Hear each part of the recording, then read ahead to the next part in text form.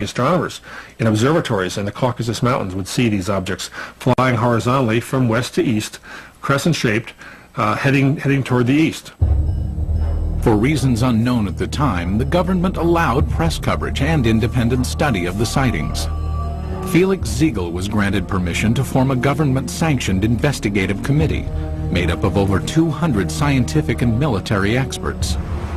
In October 1967, they convened at the Central House of Aviation and Cosmonautics in Moscow. Their goal? Determine the cause of the mass sightings. On television and in newspapers, Ziegel's committee appealed to Soviet citizens to report information on UFOs. For the first time in Soviet history, UFOs seemed to be an open topic. It was like a breath of fresh air. Freedom of discussion about a forbidden subject was permitted to the Soviet citizens, and this was something unheard of. And alas, it did not last long. Within a few months of Ziegel's televised appeal, the steel jaws of Soviet censorship clamped down. Reporting of UFOs was once again off limits. The subject was dropped from the controlled media, and Ziegel's committee was ordered to disband. The committee was to encourage people to report. As soon as the reports began to gather, somebody in Moscow quashed the activity, canceled the committee, canceled publication of further works, and put a lid on it. Cries of a Kremlin whitewash were immediately sounded. Why the cover-up takes place, I don't know. Is there a cover-up? There's no question about it. But what they were covering up is the question. UFO buffs believe they were covering up alien visitations. I think the evidence is clear. They were covering up descriptions of their own secret military aircraft and missile activities and satellite activities. Scientist and NASA consultant James Oberg came to this conclusion in 1977 after studying Soviet space vehicle launch patterns and comparing them to the dates of the 1967 sightings. He deduced that the crescent-shaped objects witnessed in the sky were not alien in nature, but could be attributed to secret tests of a new Soviet missile warhead.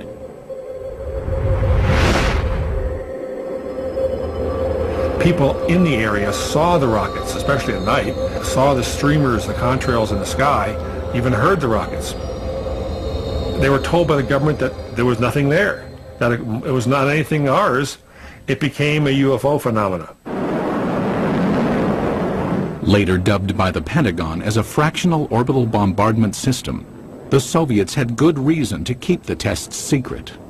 It was designed to sneak under our radar as a first strike weapon. It was one of these scary things that you only build it if you mean to make a sneak attack. It was also illegal to have such a weapon because in 1967, the U.S. and Russia and other countries signed a treaty forbidding the placing of nuclear weapons into orbit.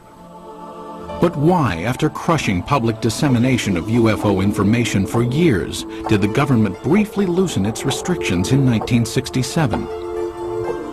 It appears now to have been a deliberate ploy to fool its citizens and the international community about the true nature of the sightings. The Soviet government did not want the public to understand what was going on. They didn't want the Americans to know, for example, what was going on. It was a useful camouflage. It diverted people's attention. Because it was a UFO, Western journalists would laugh rather than investigate it. The cover-up by the Soviet government is in letting people think they're flying saucers. The strategy backfired when the extensive UFO data collected by Felix Ziegel's committee was published in magazines. The Soviet government realized what these reports really were. They're military secrets. Not described accurately, but accurately enough to be of use to the CIA if they ever caught on. The government said, "Oh my gosh," and other things in Russian, and said no more UFO reports get published in the Soviet Union. For 10 years, public discussion of UFOs was effectively brought to a halt. But that would change in 1977 with the appearance of a strange-looking object over Soviet skies, witnessed by thousands of astonished citizens. September 20th, 1977. As dawn approached in the small Russian port city of Petrozavodsk, a spectacular aerial display lit up the skies. the incident would become one of the most studied UFO sightings in Soviet history. The phenomenon of Petrozavodsk is one of the greatest abnormal phenomena on the territory of our country. At approximately 4 o'clock in the morning, civilians and military personnel reported seeing huge star-like apparitions shooting in the sky. As it flew up in the sky, it appeared to come over the city and then head off toward the horizon.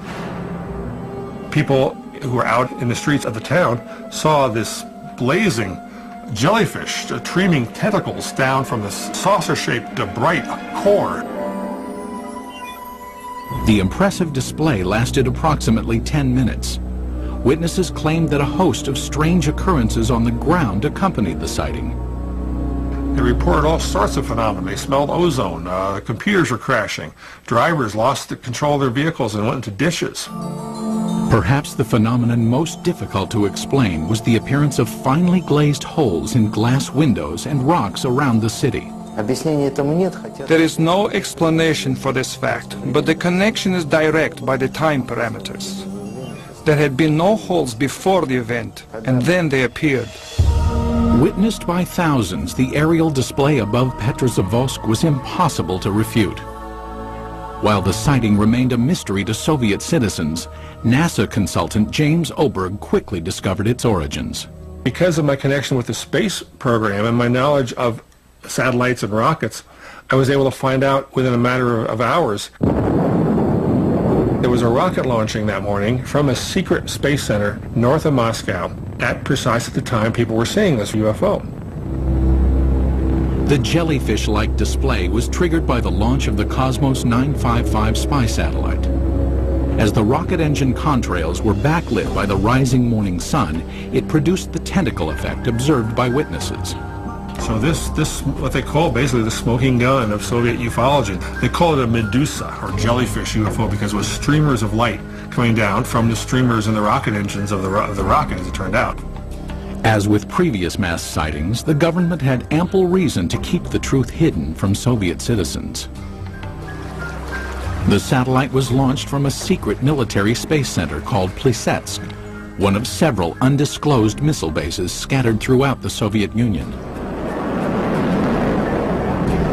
Most ufologists accept the satellite launch as the cause of the aerial display, but many argue it does not fully clarify the mystery. How shall we explain the appearance of some beams that burnt the glass? When the pieces of the glass were analyzed at the Institute of Metrology in Moscow, they concluded that these holes resulted from badly glazed window glass. That is, a purely technical defect took place. I do not believe that the launch of a secret military satellite would explain the holes that were made in the glass. My personal opinion, no, this was not man-made technology that's responsible for such effects. There were some reports of holes being drilled into glass window panes and in paving stones.